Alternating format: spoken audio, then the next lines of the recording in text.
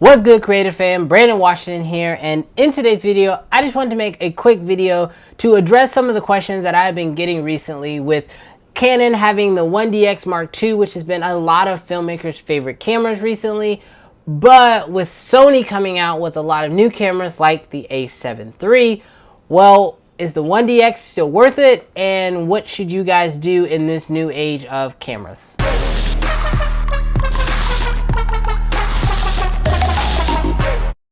What's going on, guys? Brandon Washington here, and thank you so much first of all for checking out the channel. If you are into filmmaking gear, tips, tutorials, all that good stuff, definitely consider hitting that subscribe button because this is going to be a perfect channel for you.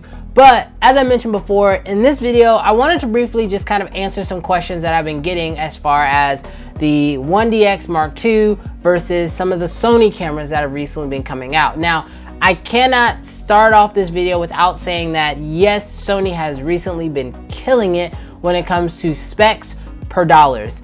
What Sony has been able to do with their mirrorless lineup of cameras has been amazing, especially when you think of 4K and all the extra little specs that they put in as far as video is concerned. And so in this video, I'm going to answer some questions as a 1DX owner, someone who has had my 1DX since, well, I've had it a little over 7 months now, and I've been shooting with it consistently, professionally. And so how do I feel about the Sony mirrorless cameras, and do I think they are a good solution? And if you are a Canon shooter, should you be considering them? All right, so the first question is Canon dead?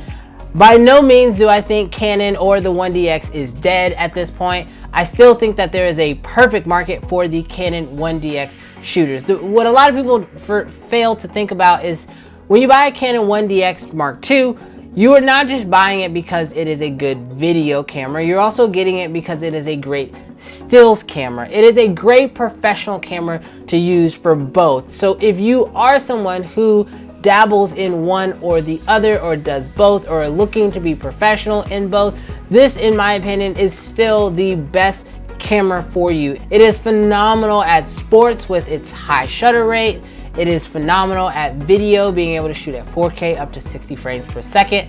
So yes, this is a great camera for both stills and video. And so for that reason, no, I don't think Canon is dead when it comes to the 1DX Mark II, but I do think there are a couple things that Sony is doing to try to give it a little bit of a run for its money. All right, question number 2, should you go with something mirrorless over a DSLR?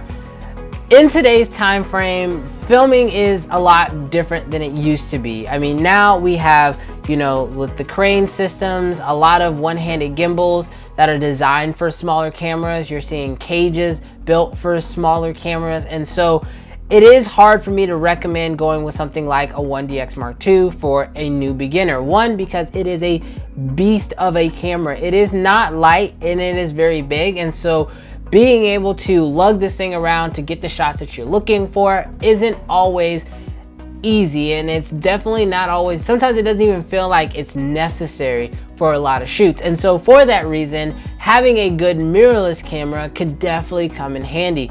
Mirrorless cameras are getting a whole lot better, especially now that Sony has addressed a lot of the concerns that people have had with things like battery life and lens selections.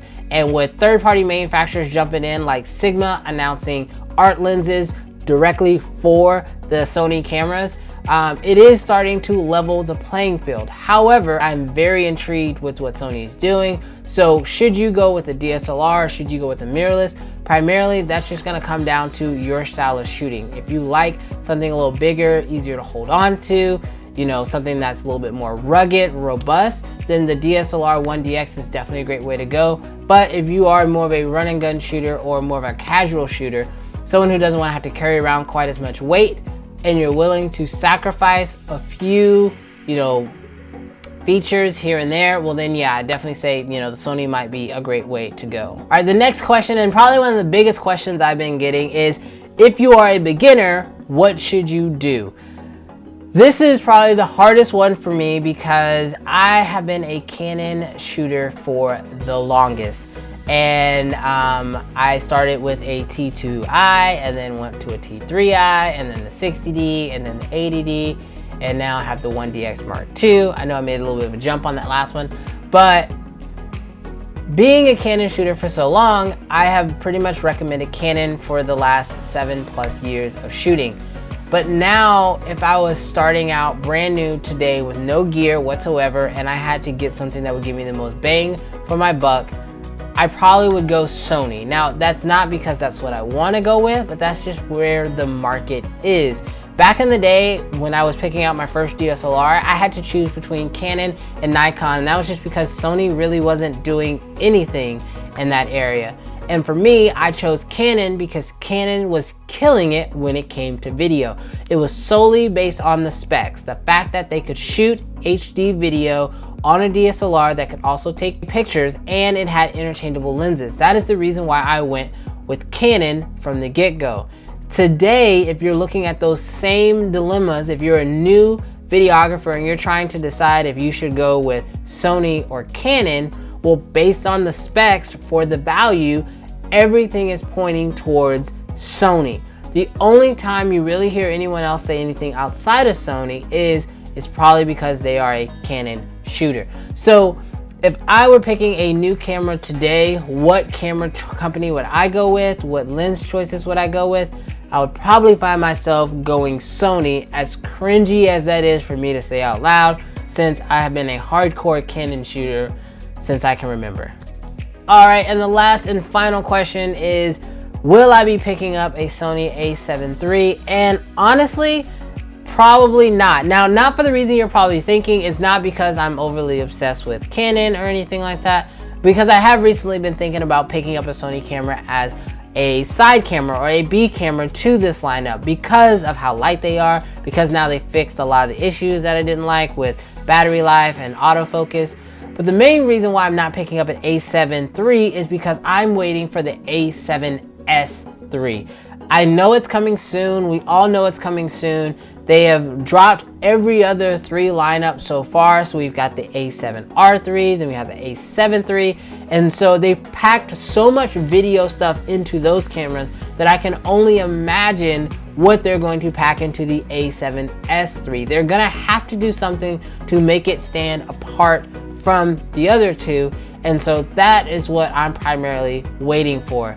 I'm not someone who is, so loyal to a brand that I'm not willing to consider others, because at the beginning and end of the day, I am a filmmaker first. I like to make videos. And so for me, it's about what is the best tool for the job, even to the point that like right now, I'm actually checking out GoPros because I have a couple shoots coming up where I think they could really help. Obviously, GoPro is nowhere near on the line with these cameras, but I still think it can make for a great camera solution. So I'm not sold or bought into any one particular brand, but that is my personal opinion. I would love to know what you guys have to think about the matter. So Canon 1DX Mark II, Sony a7 III, those are my thoughts and those are my answers to some of the questions you guys have left to me. Now I pass the question off to you guys. In the comments down below, let me know what you guys think. Let me know if you think that obviously these are 2 cameras that shouldn't even be regarded in the same area. However, when it comes to specs, they are getting very close to one another with a price difference that is substantial. So let me know what you guys think down below. Are you a Canon shooter? Are you a Sony shooter? And then tell me, what do you think about these options? But until next time, thank you guys so much for watching this video. Hit that thumbs up button if you liked it, and I'll catch you guys in the next one. Peace.